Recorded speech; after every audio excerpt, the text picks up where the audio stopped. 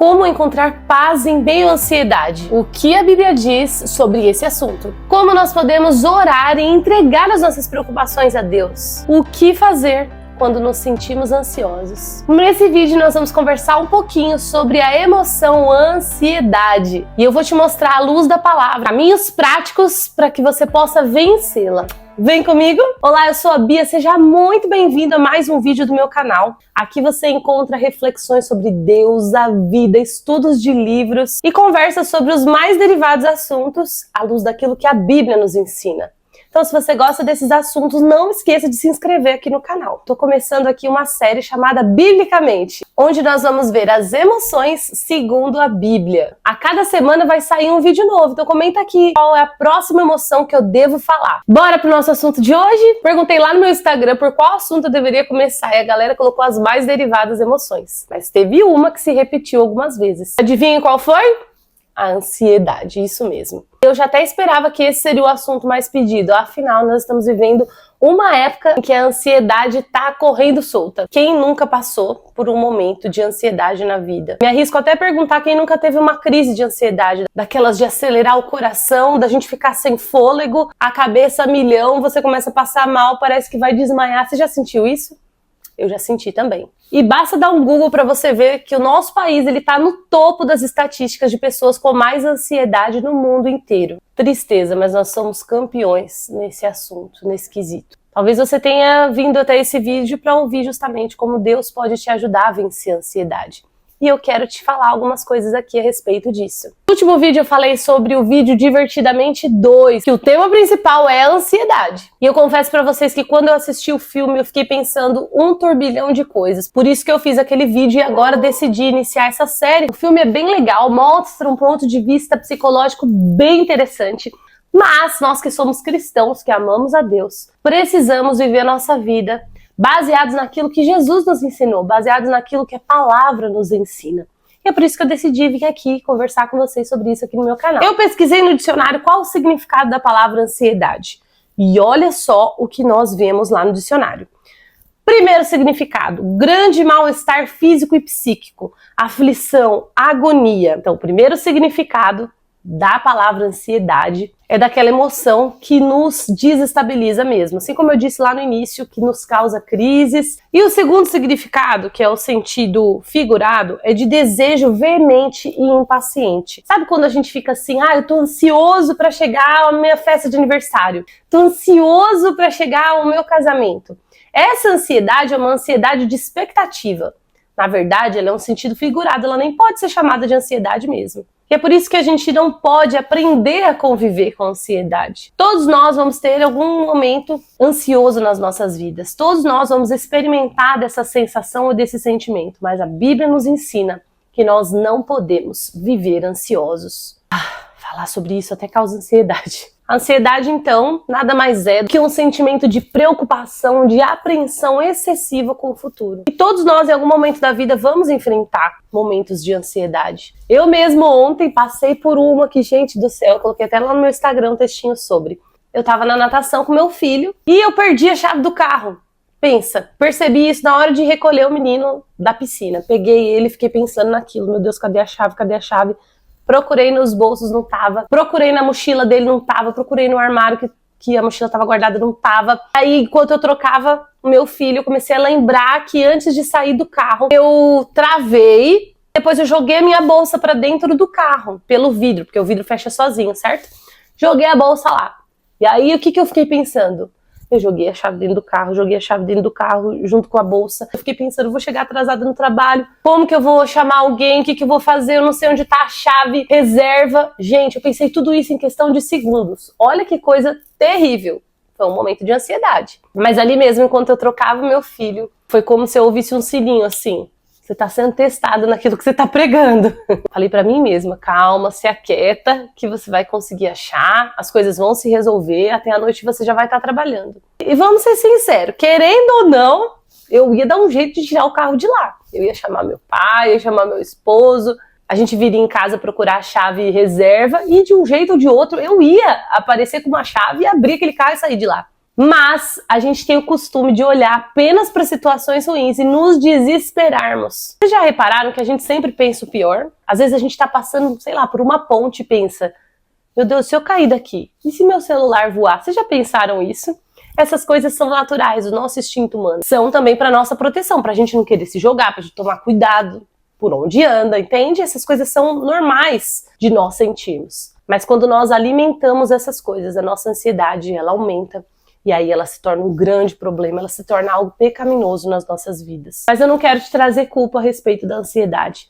Eu quero te mostrar um caminho que o nosso próprio Jesus nos mostrou que é possível vencermos esse mal. Lá em Mateus 6, Jesus fala o seguinte: portanto, eu lhes digo, não se preocupem com suas próprias vidas, quanto ao que comer ou beber, nem com seus próprios corpos quanto ao que vestir. Não é a vida mais importante do que a comida e o corpo mais importante do que a roupa?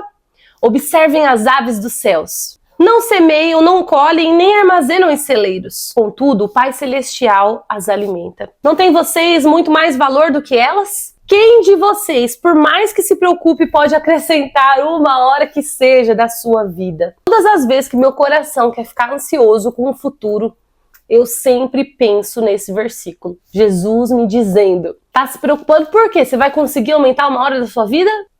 A verdade é que se preocupar também não vai resolver. Talvez você já até sabe disso. Mas nós precisamos trazer à tona sempre que esses sentimentos ansiosos vierem nas menores situações. Olha só o que Jesus continua dizendo. Versículo 34. Portanto, não se preocupem com o amanhã, pois o amanhã se preocupará consigo mesmo. Basta cada dia o seu próprio mal. Depois você lê o texto completo de Mateus 25 até o 34 para você ver tudo que Jesus fala a respeito da preocupação da vida. E nessa passagem, nesse momento, ele está nos explicando que nós não devemos perder tempo nos preocupando com as situações cotidianas. Se você ama Deus, se você crê que é filho de Deus, você precisa crer que Deus está cuidando de você. No versículo 31 e 32, Jesus fala isso. Portanto, não se preocupem dizendo o que vamos comer, ou o que vamos beber, ou o que vamos vestir, pois os pagãos é que correm atrás dessas coisas. Mas o Pai Celestial sabe que vocês precisam delas. O Pai Celestial sabe de tudo que nós precisamos e Ele está cuidando de nós. A gente precisa ter essa primeira convicção nas nossas vidas. É engraçado que talvez o nosso coração se torna muito ansioso porque a gente está tentando solucionar diversas coisas na nossa vida. E a gente pensa assim: se eu tiver um filho, eu vou ser feliz. Se eu tiver um carro, eu vou ser feliz. Se eu tiver uma casa, eu vou ser feliz. Se eu tiver um emprego, eu vou ser feliz. Se eu tiver um esposo, eu vou ser feliz. E aí o que começa a acontecer? Você compra um carro, o carro fica velho. Você se casa, mas o seu cônjuge não atende às suas expectativas. Você consegue um novo emprego e aí não se sente valorizado. Entende que qualquer coisa que você tiver na sua vida, você vai ter um momento de êxtase. Aquele momento de que sentiu que foi a maior coisa da sua vida, mas depois a alegria ela vem diminuindo. Por quê?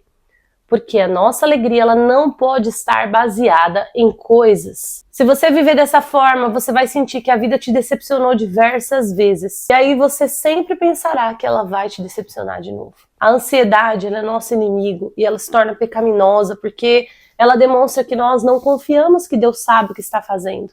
Nós não confiamos que Deus cuida de nós. E eu não tô falando aqui que você não pode buscar ajuda, porque você pode sim buscar ajuda psicológica, enfim, fazer um aconselhamento pastoral. Mas, acima de tudo, se você ama Deus, se você crê que você é filho de Deus, você precisa disciplinar o seu coração a confiar no Senhor.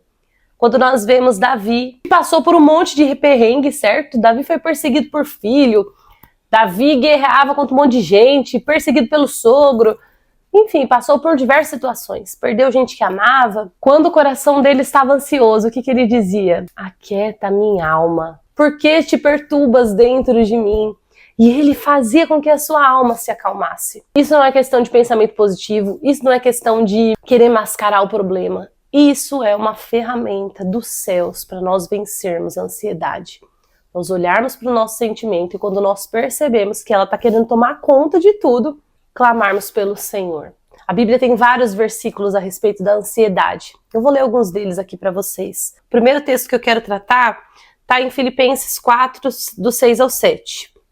Não andem ansiosos por coisa alguma, mas em tudo, pela oração e súplicas, e com ação de graças, apresentem os seus pedidos a Deus. E a paz de Deus, que excede todo entendimento, guardará os seus corações e as suas mentes em Cristo Jesus. Quem escreveu isso aqui foi o apóstolo Paulo. E, gente, ele estava preso na hora que ele escreveu isso aqui. Ele tinha sido chibatado, ele tinha sido acusado injustamente, ele já tinha passado por um monte de perrengue na vida dele. Foi picado por cobra, foi acusado, foi...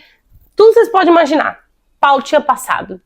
Mas ele escreve para os seus irmãos: não andem ansiosos por coisa alguma. Olha que interessante, um texto que foi escrito há milhares de anos atrás e é tão atual. Naquela época, Paulo já estava dizendo para os seus irmãos: não andem ansiosos por coisa alguma. Quando ele fala de andar ansiosos, ele está falando de um caminho. Isso não significa que a ansiedade não vai bater ali na sua porta, assim como bateu em mim ontem. Mas ele ensina: não andem ansiosos. Andar é um caminho que você decide percorrer. Então, se a ansiedade bater, você precisa decidir não andar ansioso. E como que a gente faz isso? Apresentando a Deus os nossos pedidos. E a paz que excede todo entendimento guardará os nossos corações em Cristo Jesus. Então, quando a ansiedade bater, nós precisamos entregá-la ao Senhor. Outro versículo que eu gosto muito está lá em 1 Pedro 5:7, diz assim: lancem sobre ele toda a sua ansiedade, porque ele tem cuidado de vocês. Pedro foi muito direto aqui. Lancem sobre ele toda a sua ansiedade, porque ele tem cuidado de vocês. Deus se importa profundamente conosco. E foi justamente por isso que ele tratou, inclusive, sobre esse assunto na Bíblia por muitas vezes. Ele se importa com o seu coração.